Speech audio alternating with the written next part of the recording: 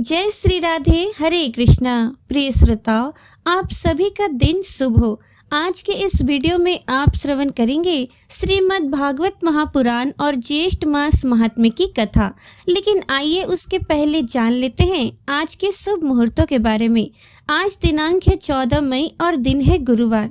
आज ज्येष्ठ मास के कृष्ण पक्ष का गुरु प्रदोष व्रत भी है। और प्रिय श्रोताओं, अब कुछ ही दिनों में अधिक मास भी प्रारंभ होने वाला है। तो इस दौरान अगर आप कोई विशेष कथा सुनना चाहते हैं तो आप मुझे कमेंट बॉक्स में जरूर बताइएगा। आज ब्रह्म मुहूर्त का समय रहेगा सुबह 4:13 से 5:01 तक।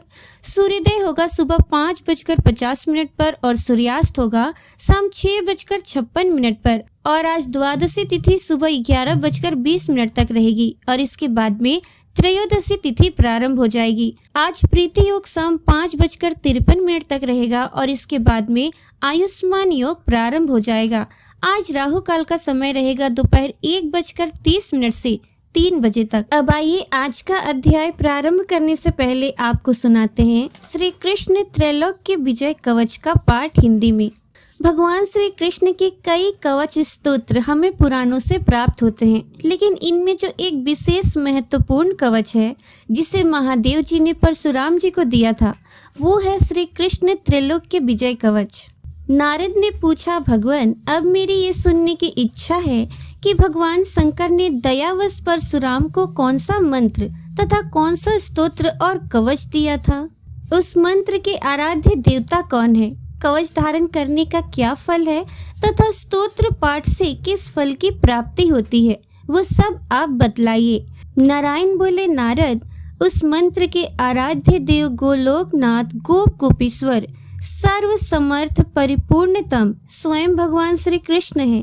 शंकर ने रत्न पर्वत के निकट स्वयं प्रभा नदी के तट पर पारिजात वन के मध्य स्थित आश्रम में लोकों के देवता माधव के समक्ष परशुराम को त्रैलोक्य विजय नामक परम अद्भुत कवच विभूति योग से संभूत महापुण्यमय स्वतराज नाम वाला स्तोत्र और संपूर्ण कामनाओं का फल प्रदान करने वाला मंत्र कल्पत्रु नामक मंत्र प्रदान किया था।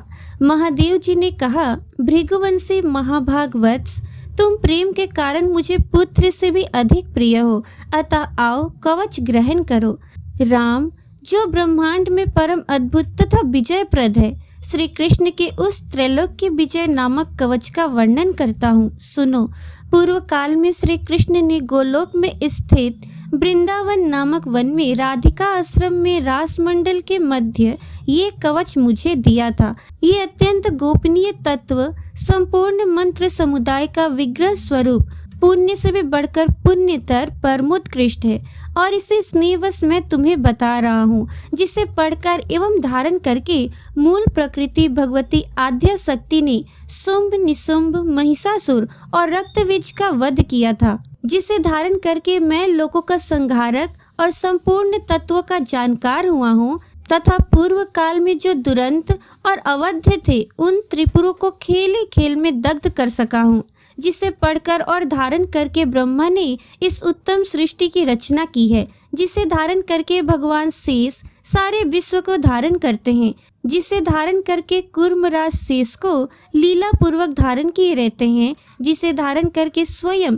सर्वव्यापक भगवान वायु विश्व के आधार हैं, जिसे धारण करके वरुण सिद्ध और कुबेर धन के स्वामी हुए हैं, जिसे पढ़कर एवं धारण करके स्वयं इंद्र देवताओं के राजा बने हैं, जिसे धारण करके तेजो राशि स्वयं सूर्य भुवन में प्रकाशित होते हैं, जिसे पढ़कर एवं धारण करके चंद्रमा महान बल और पराक्रम से संपन्न हुए हैं, जिसे पढ़कर एवं धारण करके महर्षि अगस्त्य सातों समुद्र को पी गए और उसके तेज से वातापी नामक दैत्य को पचा गए, जिसे पढ़कर एवं धारण करके पृथ्वी देवी सबको धारण करने में समर्थ हुई हैं, जिसे पढ़कर एवं धारण करके गंगा स्वयं पवित्र होकर भुवनों को पावन करने वाली बनी है, जिसे धारण करके धर्मात्माओं में श्रेष्ठ धर्म लोकों के साक्षी बने हैं, जिसे धारण करके सरस्वती देवी संपूर्ण विद्याओं की अधिष्ठात्री देवी हुई हैं, जिसे धारण करके परात्परा लक्ष्मी लोकों को अन्न प्रदान करने वाली हुई हैं। भृगुनंदन, जिसे पढ़कर एवं धारण करके सावित्री ने वेदों को जन्म दिया है। भृगुनंदन, जिसे पढ़ एवं धारण कर वेद धर्म के वक्ता हुए हैं, जिसे पढ़कर एवं धारण करके अग्नि शुद्ध एवं तेजस्वी हुए हैं, और जिसे धारण करके भगवान सनत कुमार को ज्ञानियों में सर्वश्रेष्ठ स्थान मिला है। जो महात्मा, साधु एवं श्री कृष्ण के भक्त हों, उसी को ये कवच देना चाहिए, क्योंकि सठ एवं दूसरे के शिष्य को देने से दाता मृत्यु को प्राप्त हो जाता है। इस त्रैलोक के विजय कवच के प्रजापति ऋषि हैं, गायत्री छंद है, स्वयं राशेश्वर देवता हैं और त्रैलोक्य की विजय प्राप्ति में इसका विनियोग कहा गया है। ये परात्पर कवच तीनों लोकों में दुर्लभ है। ओम श्री कृष्णाय नमः सदा मेरे सिर की रक्षा करे। कृष्णाय स्वाहा ये पंचाक्षर सदा कपाल को सुरक्षित रखे। कृष्ण नेत्रों की तथा कृष्णाय स्वाहा पुतलियों की रक्षा करे। हरे नमः सदा मेरी भ्रिकुटियों को बचावे। ओम गोविंदाय स्वाहा मेरी नासिका की सदा रक्षा करे। गोपालाय नमः मेरे गंड स्थलों की सदा सब ओर से रक्षा करे। ओम गोपांग निसाय नमः सदा मेरे कानों की रक्षा करे। ओम कृष्णाय नमः निरंतर मेरे दोनों ओठों की रक्षा करे। ओम गोविंदाय स्वाहा सदा मेरी दंत पंक्ति की रक्षा करे। ओम कृष्णाय नमः दांतों की छिद्रों की तथा क्लींग दांतों के ऊर्ध्व भाग की रक्षा करे। ओम श्री कृष्णाय स्वाहा सदा मेरी जिह्वा की रक्षा करे। रासेश्वराय स्वाहा सदा मेरे तालु की रक्षा करे। राधिकेशाय स्वाहा सदा मेरे कंठ की रक्षा करे। गोपांग निसाय नमः सदा मेरे वक्षस्थल की रक्षा करे। ओम गोपेशाय स्वाहा सदा मेरे कंधों की रक्षा करे। नमः किशोर विषाय स्वाहा सदा मेरे पृष्ठ भाग की रक्षा करे। मुकुंदाय नमः सदा मेरे उदर की तथा ओम ह्रीं क्लीं कृष्णाय स्वाहा सदा मेरे हाथ पैरों की रक्षा करे। ओम विष्णुवे नमः सदा मेरी दोनों भुजाओं की रक्षा करे। ओम ह्रीं भगवते स्वाहा सदा मेरे नखों की रक्षा करे। ओम नमो नारायणाय सदा नख छिद्रों की रक्षा करे। ओम ह्रीं ह्रीं पद्मनाभाय नमः सदा मेरी नाभि की रक्षा करे। ओम सर्वेशाय स्वाहा सदा मेरे कंकाल की रक्षा करे। ओम गोपी रमणाय स्वाहा सदा मेरे नितंब की रक्षा करे। ओम गोपी रमण नाथाय स्वाहा सदा मेरे पैरों की रक्षा करे। ओम केशवाय स्वाहा सदा मेरे केशों की रक्षा करे। नमः कृष्णाय स्वाहा सदा मेरे ब्रह्मरंध्र की रक्षा करे। ओम माधवाय स्वाहा सदा मेरे रोमों की रक्षा करे। ओम ह्रीं श्रीं रसिकेशाय स्वाहा मेरे सर्वस्व की सदा रक्षा करे। परिपूर्णतम श्री कृष्ण पूर्व दिशा में सर्वदा मेरी रक्षा करे। स्वयं गोलोकनाथ अग्निकोण में मेरी रक्षा करे। पूर्ण ब्रह्म स्वरूप दक्षिण दिशा में सदा मेरी रक्षा करे। श्री कृष्ण नैऋत्य कोण में मेरी रक्षा करे। श्री हरि पश्चिम दिशा में मेरी रक्षा करे। गोविंद वायव्य कोण में नित्य निरंतर मेरी रक्षा करे। रसिक शिरोमणि उत्तर दिशा में सदा मेरी रक्षा करे। वृंदावन विहार कृत सदा ईशान कोण में मेरी रक्षा करे। वृंदावनी की प्राणनाथ ऊर्ध्व भाग में मेरी रक्षा करे। महाबली बलिहारी माधव सदैव मेरी रक्षा करे। नृसिंह जल स्थल तथा अंतरिक्ष में सदा मुझे सुरक्षित रखे।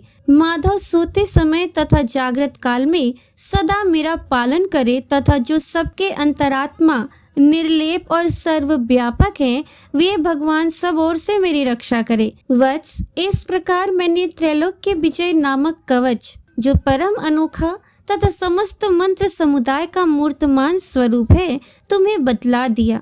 मैंने इसे श्री कृष्ण के मुख से श्रवण किया था। इसे जिस किसी को नहीं बतलाना चाहिए, जो विधि पूर्वक गुरु का पूजन करके इस कवच को गले में अथवा दाहिनी भुजा पर धारण करता है, वो भी विष्णु तुल्य हो जाता है, इसमें संशय नहीं है। वो भक्त जहाँ रहता है वहाँ लक्ष्मी और सरस्वती निवास करती हैं। यदि उसे कवच सिद्ध हो जाता है तो वो जीवन मुक्त हो जाता है और उसे करोड़ों वर्षों की पूजा का फल प्राप्त हो जाता है। हजारों राजसूय, सैकड़ों वाजपेय, 10,000 अश्वमेध, संपूर्ण महादान तथा पृथ्वी की प्रदक्षिणा, ये सभी इस त्रैलोक्य विजय की 16वीं कला की भी समानता नहीं कर सकते। व्रत उपवास का नियम, स्वाध्याय, अध्ययन, तपस्या और समस्त तीर्थों में स्नान, ये सभी इसकी एक कला को भी नहीं पा सकते। यदि मनुष्य इस कवच को सिद्ध कर ले तो निश्चय ही उसे सिद्धि, अमरता और श्री हरि की दास्ता आदि सब कुछ प्राप्त हो जाता है। जो इसका 10 लाख जप करता है उसे ये कवच सिद्ध हो जाता है, और जो सिद्ध कवच होता है वो निश्चय ही सर्वज्ञ हो जाता है। परंतु जो इस कवच को जाने बिना श्री कृष्ण का भजन करता है उसकी बुद्धि अत्यंत मंद है। उसे करोड़ों कल्पों तक जप करने पर भी मंत्र सिद्धिदायक नहीं होता। वत्स, इस कवच को धारण करके तुम आनंद पूर्वक निशंक होकर अनायास से 21 बार पृथ्वी को क्षत्रियों से शून्य कर डालो। बेटा, प्राण संकट के समय राज्य दिया जा सकता है, सिर कटाया जा सकता है और प्राणों का परित्याग भी किया जा सकता है, परंतु ऐसे कवच का दान नहीं करना चाहिए। श्री कृष्ण त्रैलोक के विजय कवच संपन्न हुआ। श्री सुखदेव जी कहते हैं, परीक्षित, राजा ययाति इस प्रकार स्त्री के वश में होकर विषयों का उपभोग करते रहे। एक दिन जब अपने अधोपतन पर दृष्टि गई तब उन्हें बड़ा वैराग्य हुआ और उन्होंने अपनी प्रिय पत्नी देवयानी से इस गाथा का गान किया। उन्होंने कहा, भृगुनंदिनी, तुम ये गाथा सुनो। पृथ्वी में मेरे ही समान विषय का ये सत्य इतिहास है। ऐसे ही ग्रामवासी विषयी पुरुषों के संबंध में वनवासी जितेंद्रिय पुरुष दुख के साथ विचार किया करते हैं कि इनका कल्याण कैसे होगा। एक था बकरा, वो वन में अकेला ही अपने को प्रिय लगने वाली वस्तुएं ढूंढता हुआ घूम रहा था। उसने देखा कि अपने कर्मवश एक बकरी कुएं में गिर पड़ी है। वो बकरा बड़ा कामी था। वो सोचने लगा कि इस बकरी को किस प्रकार कुएं से निकाला जाए। उसने अपने सींग से कुएं के पास की धरती खोद डाली और रास्ता तैयार कर लिया। जब वो सुंदरी बकरी कुएं से निकली तो उसने उस बकरे से ही प्रेम करना चाहा। वो दाढ़ी मूछ मंडित बकरा हुष्ट पुष्ट, जवान, बकरियों को सुख देने वाला, बिहार कुशल और बहुत प्यारा था। जब दूसरी बकरियों ने देखा कि कुएं में गिरी हुई बकरी ने उसे अपना प्रेम पात्र चुन लिया है, तब उन्होंने भी उसी को अपना पति बना लिया। वे तो पहले से ही पति की तलाश में थी। उस बकरे के सिर पर काम रूप पिशाच सवार था। वो अकेला ही बहुत सी बकरियों के साथ विहार करने लगा और अपनी सब सुध बुध खो बैठा। जब उसकी कुएं में से निकली हुई प्रियतमा बकरी ने देखा कि मेरा पति तो अपनी दूसरी प्रियतमा बकरी से विहार कर रहा है, तो उसे बकरे की ये करतूत सहन नहीं हुई। उसने देखा कि ये तो बड़ा कामी है, इसके प्रेम का कोई भरोसा नहीं है और ये मित्र के रूप में शत्रु का काम कर रहा है। अतः वह बकरी उस इंद्रिय लोलुप बकरे को छोड़कर बड़े दुख से अपने पालने वाले के पास चली गई। वो दीन कामी बकरा उसे मनाने के लिए मैं करता हुआ उसके पीछे पीछे चला, परंतु उसे मार्ग में मना न सका। उस बकरी का स्वामी एक ब्राह्मण था। उसने क्रोध में आकर बकरे के लटकते हुए अंडकोश को काट दिया, परंतु फिर उस बकरी का ही भला करने के लिए फिर से उसे जोड़ भी दिया। उसे इस प्रकार के बहुत से उपाय मालूम थे। प्रिय, इस प्रकार अंडकोश जुड़ जाने पर वो बकरा फिर कुएं से निकली हुई बकरी के साथ बहुत दिनों तक विषय भोग करता रहा, परंतु आज तक उसे संतोष न हुआ। सुंदरी, मेरी भी यही दशा है। तुम्हारे प्रेम पास में बंधकर मैं भी अत्यंत दीन हो गया हूँ।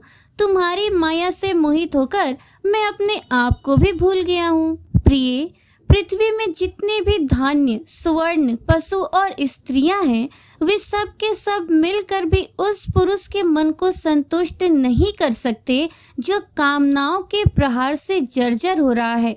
विषयों के भोगने से भोग वासना कभी शांत नहीं हो सकती, बल्कि जैसे घी की आहुति डालने पर आग और भड़क उठती है, वैसे ही भोग वासनाएं भी भोगों से प्रबल हो जाती हैं। जब मनुष्य किसी भी प्राणी और किसी भी वस्तु के साथ राग द्वेष का भाव नहीं रखता, तब वो समदर्शी हो जाता है तथा उसके लिए सभी दिशाएं सुखमय बन जाती हैं।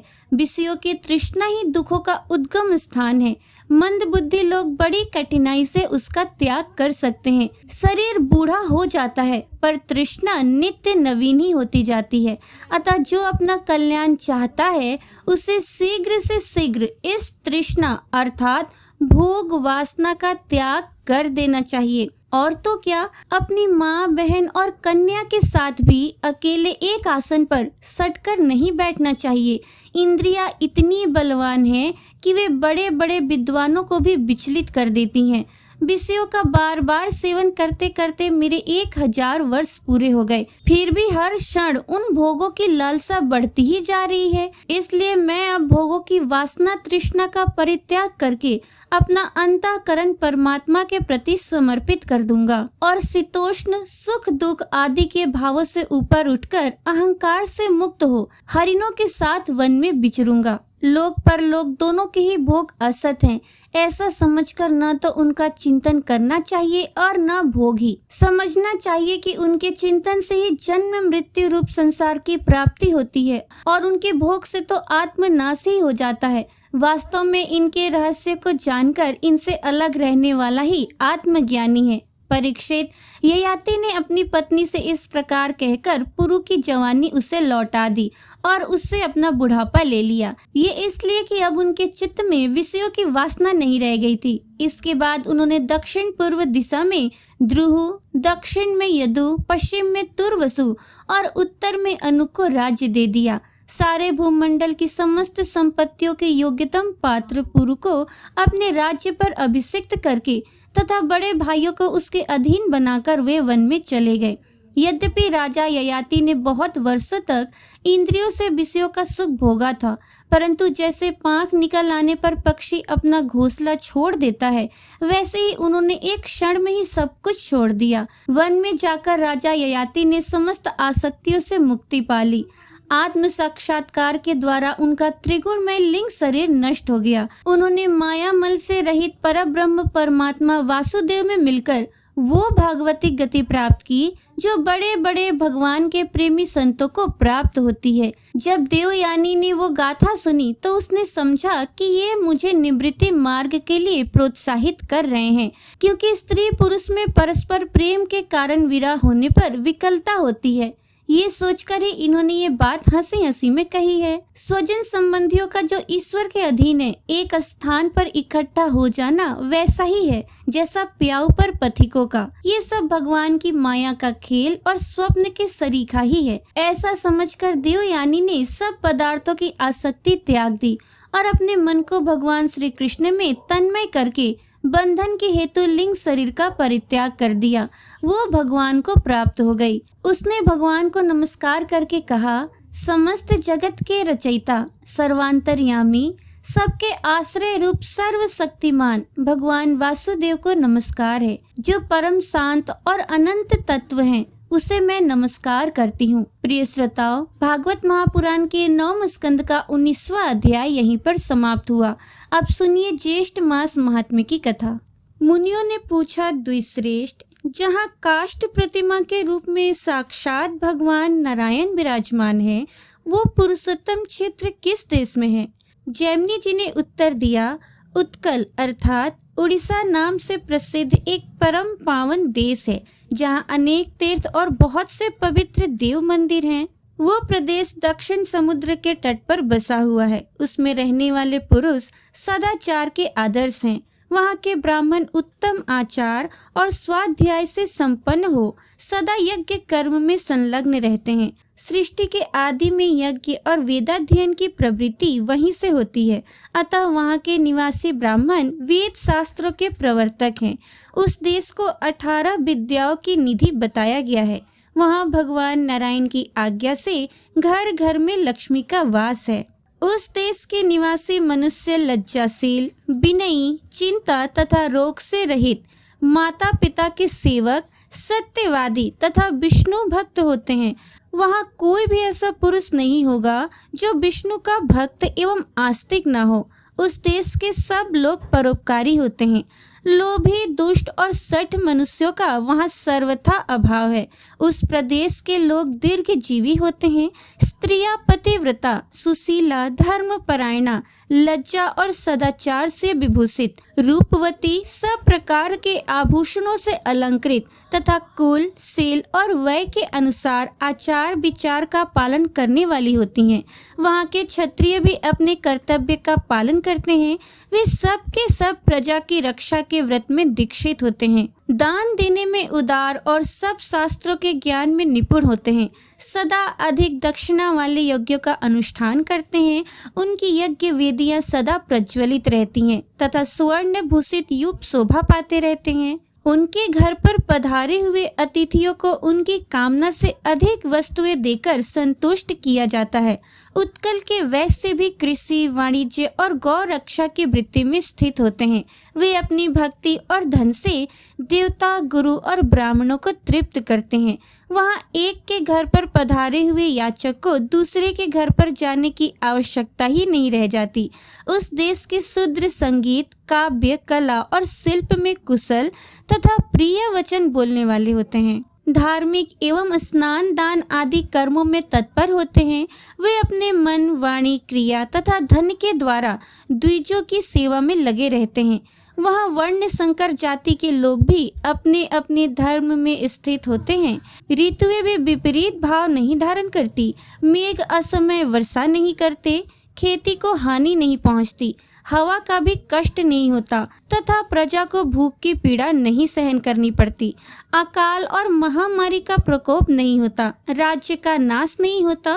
पृथ्वी पर होने वाली कोई भी वस्तु वहाँ अलभ्य नहीं है। यही वो सब देशों में श्रेष्ठ उत्कल है। दक्षिण समुद्र में मिलने वाली ऋषिकुल्या नदी तक पहुंचकर स्वर्ण रेखा और महानदी के बीच में जो देश प्रतिष्ठित है वही उत्कल है। इस पवित्र प्रांत में बहुत से उत्तम क्षेत्र हैं। सतयुग में इंद्रद्युम्न नाम से प्रसिद्ध एक श्रेष्ठ राजा हो गए हैं। उनका जन्म सूर्य वंश में हुआ था। वे ब्रह्मा जी से 5वीं पीढ़ी नीचे थे। राजा इंद्रद्युम्न सत्यवादी, सदाचारी, शुद्ध तथा सात्विक पुरुषों में अग्रगण्य थे। प्रजा को अपनी संतान समझकर सदा न्याय पूर्वक उसका पालन करते थे। वे आध्यात्मिक ज्ञान में कुशल, सूर, समर विजयी, सदा उद्यमशील, ब्राह्मण पूजक तथा पितृभक्त थे। 18 विद्याओं में दूसरे बृहस्पति के समान प्रवीण थे। ऐश्वर्य में देवराज इंद्र तथा कोष संग्रह में कुबेर की समानता करते थे।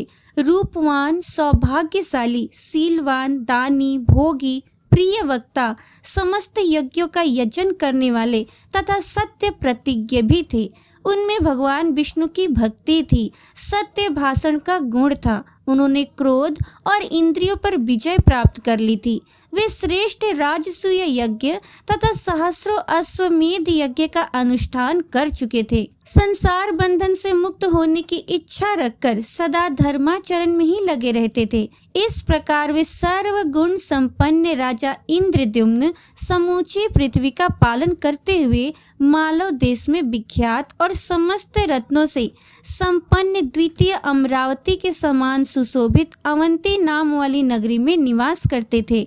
वहां रहते हुए राजा ने भगवान विष्णु में मन, वाणी और क्रिया द्वारा परम अद्भुत एवं उत्तम भक्ति बढ़ाई। एक दिन भगवान लक्ष्मीपति की पूजा के समय देव पूजा गृह में बैठे हुए राजा ने अपने पुरोहित से आदर पूर्वक कहा, आप उस उत्तम क्षेत्र का पता लगाइए जहां हम इसी नेत्र से साक्षात भगवान जगन्नाथ का दर्शन करें।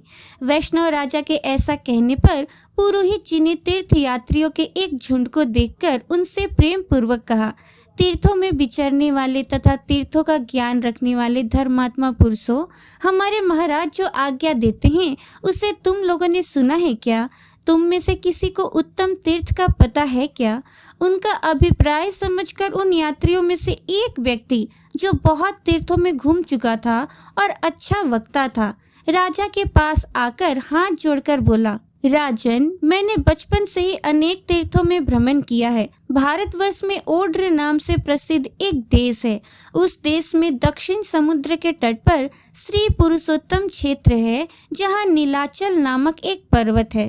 वो सब ओर से वनों द्वारा घिरा हुआ है। उसके बीच में कल्प वृक्ष है, जिसके पश्चिम भाग में रोहिणी कुंड है। वो भगवान की करुणा रूप जल से भरा हुआ है, जो स्पर्श करने मात्र से ही मोक्ष देने वाला है। उसके पूर्वीय तट पर इंद्र नीलमणि की बनी हुई भगवान वासुदेव की प्रतिमा है, जो साक्षात मोक्ष प्रदान करने वाली है। उस कुंड में स्नान करके जो भगवान पुरुषोत्तम का दर्शन करता है, वो मुक्त हो जाता है। वहाँ सबर दीपक नामक एक श्रेष्ठ आश्रम है, जो भगवत विग्रह से पश्चिम दिशा में स्थित है। उस आश्रम से एक पगडंडी का रास्ता है, जिससे भगवान विष्णु के स्थान तक जा सकते हैं। वहाँ शंख चक्र गदाधारी साक्षात भगवान जगन्नाथ विराजमान है। वे करुणा के समुद्र है। दर्शन मात्र से ही सब जीवों को मुक्ति प्रदान करते हैं। राजन, देवाधिदेव जगन्नाथ की प्रसन्नता के लिए मैंने 1 वर्ष तक पुरुषोत्तम क्षेत्र में निवास किया। मैं महामूर्ख था, परंतु उनकी कृपा से इस समय 18 विद्याओं में प्रवीण हो गया हूँ। मेरी बुद्धि भी निर्मल हो गई है, जिससे भगवान विष्णु के सिवा और कुछ मैं नहीं देखता। तुम सदैव दृढ़ता पूर्वक उत्तम व्रत का पालन करने वाले विष्णु भक्त हो, इसलिए तुम्हारे पास आया हूँ। मैं तुमसे इस समय धन अथवा भूमि नहीं मांगता, केवल इतना कहता हूँ कि मेरी इस बात को झूठ ना मानकर वहाँ पुरुषोत्तम क्षेत्र में निवास करने वाले भगवान लक्ष्मीपति का भजन करो। यो कहकर वो जटाधारी यात्री सबके देखते देखते शीघ्र अंतर्ध्यान हो गया। इससे राजा को बड़ा विस्मय हुआ। वे व्याकुल होकर पुरोहित से बोले, ये अलौकिक वृत्तांत अलौकिक पुरुष से ही सुना गया है। अब मेरी बुद्धि जहाँ भगवान गदाधर विराजमान है, वहाँ जाने के लिए उतावली हो रही है। द्विश्रेष्ठ, मेरे धर्म अर्थ और काम एक दूसरे के अनुकूल रहकर सदा आपके अधीन रहे हैं। आपके प्रसाद से मैंने त्रिवर्ग का साधन तो कर लिया। यदि आप इस भगवत दर्शन के कार्य में भी मेरे साथ चलेंगे, तो मैं आपके सहयोग से चारों पुरुषार्थों को प्राप्त कर लूंगा। पुरोहित बोले, राजन, मैं ऐसा प्रयत्न करूंगा कि हम लोग सहायकों सहित पुरुषोत्तम क्षेत्र में चलकर बस जाएं। जन्म की सफलता इससे बढ़कर और क्या हो सकती है कि साक्षात भगवान लक्ष्मीपति का दर्शन किया जाए। इस समय मेरा छोटा भाई विद्यापति सब देशों में घूमने वाले दूतों के साथ वहां जाएगा और जगन्नाथ जी का दर्शन करके उस पर्वत पर सैनिकों के ठहरने योग्य स्थान का पता लगाकर शीघ्र सब समाचार ले आएगा। इससे हम लोगों का कल्याण होगा। पुरोहित की ये बात सुनकर राजा इंद्रद्युम्न ने कहा, ब्राह्मण, बहुत अच्छा। अब मैं भगवान विष्णु के समीप उसी क्षेत्र में चलकर बसूंगा। ऐसा कहकर राजा ने प्रसन्नता पूर्वक अंतःपुर में प्रवेश किया और पुरोहित ने उन सब यात्रियों को यथा योग्य सम्मान देकर अपने अपने आश्रम को भेज दिया। फिर अपने भाई को ब्राह्मणों से स्वास्थ्य वचन कराकर शुभ मुहूर्त में भेजा। विद्यापति समस्त विश्वसनीय पुरुषों के साथ पुष्प शोभित रथ पर आरूढ़ हो वहां से प्रस्थित हुआ। उसने रथ में बैठे बैठे ये विचार किया कि अहो, मेरा जन्म सफल हो गया।